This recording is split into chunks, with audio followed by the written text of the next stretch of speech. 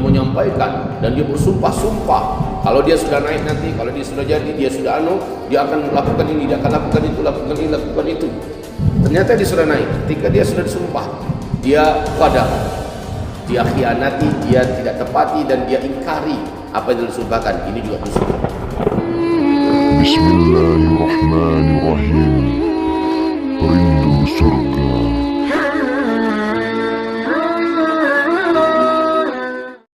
Sesungguhnya seluruh dusta adalah dosa. Kulul kadzib yuktab 'ala ibni Adam. Seluruh dusta itu adalah dosa. Illa min salah, kecuali 3 keadaan. Maka di luar 3 ini seluruh dusta adalah dosa. Sebelum saya sampaikan kecualian 3 ini, saya contohkan beberapa contoh yang menurut kita ringan dan sederhana, ternyata itu adalah sebuah dosa. Yang pertama, seorang ibu memanggil anaknya dekat Rasulullah SAW dan diiming-imingi dengan kurma. Lalu Rasulullah SAW bertanya, apa benar engkau akan memberikan kepadanya kurma? Ibu itu menjawab, benar ya Rasulullah, aku punya 1 butir biji kurma, aku punya 1 butir kurma untuk saya berikan kepadanya. Apa kata Rasul? Jika tidak, maksudnya jika engkau tidak memberikan kepadanya kurma hanya agar supaya dia datang saja, fayuktabu alaiki kadzibah, ditulislah kepada engkau menjadi sebuah dosa, dosa bohong, kata Rasul sallallahu alaihi wasallam. Imam Bukhari menempuh perjalanan ribuan mil, ibaratnya kalau dari sini itu ke Jakarta atau mungkin ke Surabaya, untuk bertemu dengan seorang lelaki yang dari mulutnya keluar sebuah hadis yang Imam Bukhari tidak menemukan sumber yang lain kecuali hanya dari laki-laki itu. Ribuan mil ditempuh oleh Imam Bukhari. Ingat ya, dulu tanpa ada mobil, tanpa ada pesawat, perjalanan sangat jauh dan melelahkan. Saat sampai, dengan susah payah sampailah dia ke kampung orang yang mengeluarkan hadis tersebut. Imam Bukhari mendekati orang itu. Lalu ternyata orang ini sedang sibuk mengejar-ngejar ontanya. Imam Bukhari bertanya, Pak, apakah bapak yang namanya fulan bin fulan? Bapak itu berkata, ya benar saya ada perlu, bisakah saya mendapatkan waktu bapak? Oh ya, tunggu sebentar, saya sedang mengejar onta saya. Imam Bukhari melihat kejar-kejaran, ontanya didekati selalu menjauh. Akhirnya si bapak ini masuk ke dalam kandangnya dan mengambil karung dan melambai-lambaikan karung itu ke arah si onta langsung mendekat dan ditangkapnya lah onta dan dimasukkan ke kandang. Imam Bukhari berkata, hebat ya Pak, hanya dengan melambaikan karung si onta mendekat dan bapak tidak capek-capek lagi memburunya. Oh, karung itu karung apa? Si bapak menjawab, ini adalah karung makanan onta. Jadi saya melambaikan dia seperti ini supaya dia menyangka saya akan memberikannya makan. Padahal bapak tidak memberi dia makan ya? Ya tidaklah, ini hanyalah siasat saya. Maka Imam Bukhari berkata, terima kasih banyak Pak. Maka pamitan Imam Bukhari, si bapak bingung, bukankah kamu ingin berjumpa dengan saya, memerlukan waktu saya? Kata Imam Bukhari, semulanya iya, tapi sekarang udah gak jadi.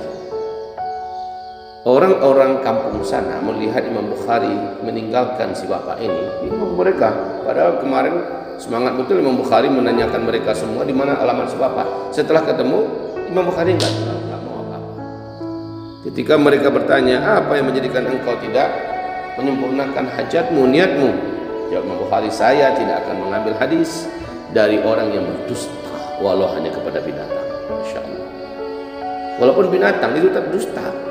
Kita panggil kucing miau, itu kan panggilan yang lumrah dipakai untuk memanggil kucing buat kasih makan, padahal dia tidak kasih makan, bohong itu ya. Kita diamkan adik kita atau anak kita, oh diam ya besok dibeliin coklat, nanti dibeliin coklat umpamanya, padahal enggak, hanya untuk membuat dia diam saja. Itu adalah dusta. Maka dusta ini jangan anggap remeh, sebab ketika Rasulullah SAW ditanya, ya Rasulullah, orang yang beriman tetapi dia masih pelit ya Rasulullah, masih adakah iman? Rasul berkata, na'am, masih. Ya Rasulullah, orang yang beriman ternyata dia masih penakut ya Rasulullah, apakah dia masih dianggap beriman? Nabi menjawab, na'am, masih. Lalu ditanya, ya Rasulullah, ada orang yang beriman tapi dia bohong, bagaimana ya Rasulullah, apakah masih beriman? Tidak, kata Nabi. Di dalam dada seseorang tidak akan berkumpul antara iman dengan dusta. Tidak akan berkumpul antara iman dengan bohong. Maka saudaraku yang kami cintai, bohong ini bukanlah karakternya orang yang beriman kepada Allah Subhanahu wa taala. Ketika orang ini bakhil, orang ini pelit, orang ini pemalas, orang ini agak kotor, orang ini agak berat tangan dan segala macamnya, dia masih diakui sebagai beriman. Akan tetapi ketika dia berbohong atau menjadi pembohong, dia tidak lagi dianggap sebagai orang yang beriman. Coba perhatikan ya, 5 sifat orang munafik. Kelima sifat ini didominasi oleh bohong semuanya, kecuali yang terakhir. Yang pertama, amaratun nifaq khamsun. Tanda-tanda munafik itu ada 5. Yang pertama, idza hadatsa kadzaba. Bila ia berbicara, bohong. Yang kedua, idza wa'ada akhlafa. Jika dia berjanji, dia tidak menepati janji. Ini juga bohong. Yang ketiga, idza tumina khana. Bila dia diberi amanah, dia khianati. Ini juga bohong. Ya kan? Yang keempat, idza ahada ghadar. Apabila dia sudah memberikan sumpah ketika dibaiat saat dia akan dilantik menjabat sebagai pemerintah, atau ketika dia promosi kampanye, dia menyampaikan dan dia bersumpah-sumpah kalau dia sudah naik nanti, kalau dia sudah jadi, dia sudah dia akan lakukan ini, dia akan lakukan itu, lakukan ini, lakukan itu. Ternyata dia sudah naik, ketika dia sudah disumpah, dia ghadar, dia khianati, dia tidak tepati dan dia ingkari apa yang disumpahkan. Ini juga dusta. Ya, coba lihat 4 ini dusta. Yang kelima, idza khasama fajara. Nah, kalau orang munafik yang kelima ini idza khasama fajara. Kalau dia sudah bermusuhan dengan seseorang, dia tak peduli ini dosa atau tidak, yang penting orang yang dimusuhinya itu sakit. Yang penting orang yang dimusuhinya itu menderita. Kalau perlu mampus sekalian, mati sekalian. Ini ciri orang munafik. Dia enggak peduli. Nah, coba lihat dari yang 5 ini, 4-nya adalah dusta. 4-nya adalah dusta. Bohong. Perhatikan di pembukaan surah Al-Baqarah ketika Allah menyebutkan sifat orang munafik. Allah sebutkan fi qulubihim marad fazadahumullahu marada wa lahum adzabun alim bima kanu yakdzibun. Dusta. Karena mereka dusta, kami sediakan untuk mereka azab yang sangat pedih. Pendusta tidak ada punya tempat di muka bumi ini, apalagi di akhirat. Pendusta tidak akan dikagumi oleh orang. Saya sampai hari ini, umur saya sudah 46 tahun. Saya belum pernah ketemu di muka bumi ini ada orang yang mengidolakan seorang pendusta. Enggak ada. Saya kagum betul dengan bapak itu. Kenapa? Dia pembohong. Saya nggak pernah ketemu orang macam itu. Ya, belum ketemu oleh saya seumur hidup ya. Ada orang yang mengimpi-impikan dan mengidolakan menjadi si fulan. Kenapa? Karena dia sangat pembohong. Belum ada. Itu menandakan sifat dusta ini diingkari oleh seluruh manusia, oleh seluruh jin. Ya. Dan saudaraku yang kami muliakan, alaikum bisidq. Kalian wajib menjaga kejujuran. Wa iyyakum wal kadzib. Kalian wajib menjauhi kedustaan. Kenapa? Ketika dibicarakan tentang kedustaan, fa inna al-kadhiba yahdi ila syarr. Sungguhnya bohong itu akan membawa kepada keburukan. Keburukan akan membawa kepada dosa. Dosa akan membawa kepada neraka. Ini dia hasilnya. Dusta itu tidak akan membawa kepada kebaikan sedikit pun. Tak akan membawa. Justru yang terjadi adalah ketika kita berdusta satu kali, untuk menutupi dusta ini pasti dengan dusta lagi. Mana ada cerita menutupi dusta dengan kejujuran? Menutupi dusta pasti dengan dusta. Dan menutupi dusta ini lagi dengan dusta lagi. Satu kali pintu dusta terbuka, maka peluang pintu dusta berikutnya akan terbuka. Saudaraku, hamba-hamba Allah yang muliakan. Nah, di mana dusta yang dibolehkan? Dusta yang dibolehkan itu hanya pada 3 keadaan, 3 kondisi. Pertama, dalam dustanya seorang suami kepada istri, dalam rangka menyenangkan hati istrinya. Sebenarnya bukanlah kewajiban seorang istri dalam Islam ya, memasakkan suami, mencucikan pakaian suami, menyetrikakan baju suami, memerapikan rumah, mendidik anak. Itu bukan kewajiban istri. Sebagaimana bukan juga kewajiban istri ngecat rumah, memperbaiki genteng yang rusak. Bukan kewajiban istri. Kewajiban istri malah makanannya sudah tersedia untuknya, kalau perlu disuapkan untuknya.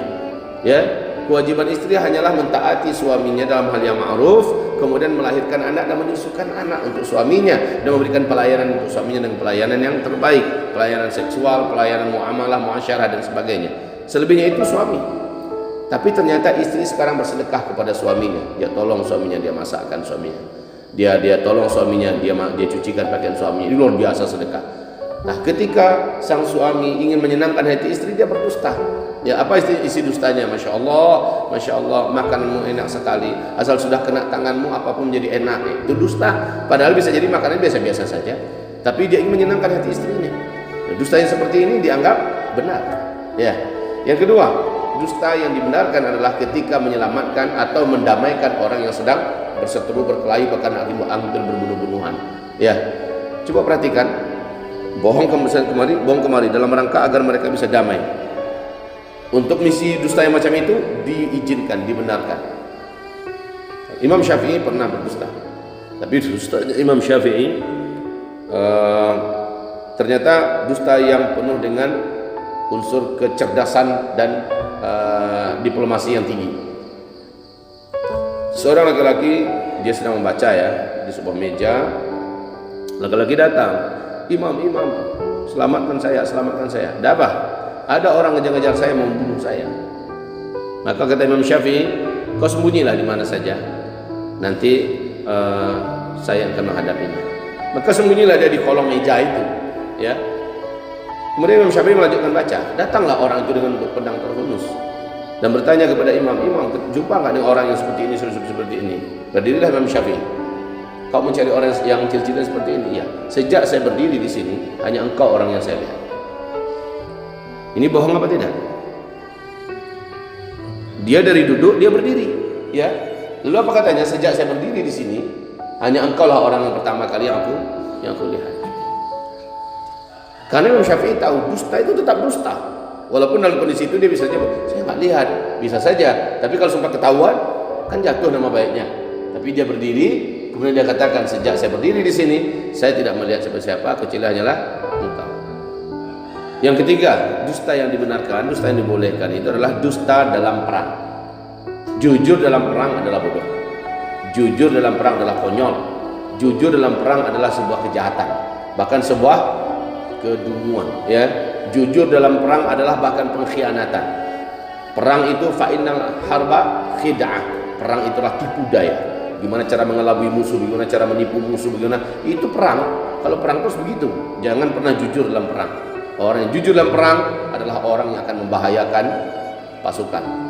Baik, tiga keadaan ini boleh dusta. Di luar itu adalah dusta. Ingat, di luar itu adalah dusta.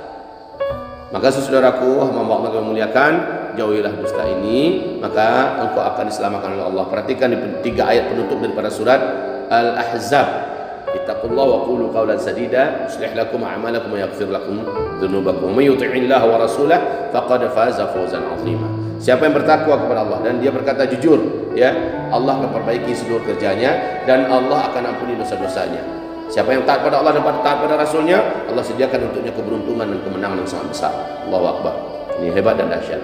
Demikian saja, semoga bermanfaat apa yang saya sampaikan. Mari kita menjadi pribadi yang jujur, pribadi yang lurus. Katakan, harga kejujuran saya adalah harga darah saya. Jika darah ini masih warna merah, selama itu saya akan mempertahankan kejujuran. Tapi kalau darah ini sudah berbeda, mungkin saya saat itu baru boleh berdusta. Artinya tidak boleh dusta. Biar nyawa lepas dari badan daripada kita harus berdusta. Jadi kalau dusta adalah sesuatu yang paling haram dalam hidup kita. Barakallahu fina fikum. Subhanakallahumma wa bihamdika asyhadu an la ilaha illa anta astaghfiruka wa atubu ilaik. Assalamualaikum warahmatullahi wabarakatuh.